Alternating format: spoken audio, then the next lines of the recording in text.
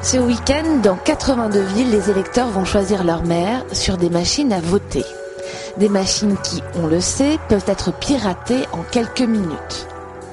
Alors dans le monde entier, des scientifiques ont tiré la sonnette d'alarme et réussi à ouvrir le débat avec leur gouvernement. Un informaticien a mené l'enquête. Son constat n'est pas très rassurant. Dans les opposants au vote électronique qu'on retrouve aux États-Unis, les universitaires de Princeton, qu'on trouve aux Pays-Bas, qu'on trouve en Irlande, vous avez énormément d'informaticiens. Et quand on dit informaticiens, pas des petits programmeurs du dimanche, c'est vraiment des gens qui sont des spécialistes de la sécurité, de la cryptographie. Ils sont des gens qui sont les mieux placés pour savoir qu'un logiciel c'est piratable, qu'une machine peut être hackée, que l'électronique c'est très bien, mais que l'électronique n'est pas la panacée. Et donc ces scientifiques, ils pensent quoi de la machine à voter ? Ils pensent qu'elle n'est pas fiable. Ils pensent que de toute façon le vote électronique en l'état actuel n'est pas fiable. Aux Pays-Bas, en Irlande, des moratoires réunissant scientifiques et politiques ont fait changer les gouvernements de position. Dans le cas des Pays-Bas, jusqu'à 90% des électeurs votaient par machine de vote. Les informaticiens qui ont voulu montrer les failles ont fait des expériences avec ces machines, ont montré qu'on pouvait les altérer très facilement. Et ils ont signalé que c'était à peu près le même modèle de machine et la même société que les machines qu'on utilise en France. Pour le moment, les Pays-Bas ont décrété un moratoire en disant la technologie ne permet pas de poursuivre l'expérience. Des auditions, des expertises qui ont amené l'Irlande, les Pays-Bas à revoir leurs copies en interdisant l'utilisation des machines à voter. Alors en France, où en sont ces concertations ?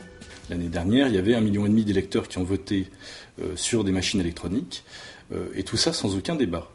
À l'élection présidentielle, tous les candidats, y compris Ségolène Royal, François Bayrou, Voynet, Le Pen, enfin vraiment à peu près tout le monde, ils étaient tous pour le moratoire. La seule exception, c'était Nicolas Sarkozy. Sarkozy, en tant que ministre, a mis en place le vote électronique, et en tant que président, n'a évidemment aucune envie de se déjuger. Cependant, le 13 novembre dernier, la ministre de l'Intérieur, Michèle Alliot-Marie, annonçait la mise en place d'un groupe de travail sur les machines à voter. Reste à savoir qui a été associé au projet et si les scientifiques ont été consultés. Il y a un groupe de travail qui s'est mis en place pendant plusieurs mois à l'intérieur, qui était censé voir qu'est-ce qu'on devait changer, qu'est-ce qu'on devait remettre en cause dans le vote électronique. Ce groupe de travail, c'est un fantôme.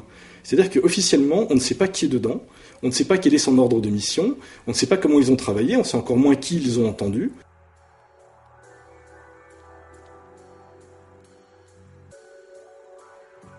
Ministère de l'Intérieur, je vous appelle concernant votre demande d'interview. Donc non, nous ne donnerons pas d'interview sur le sujet. Voilà, il n'y a plus rien à ajouter sur ce sujet, donc pas d'interview.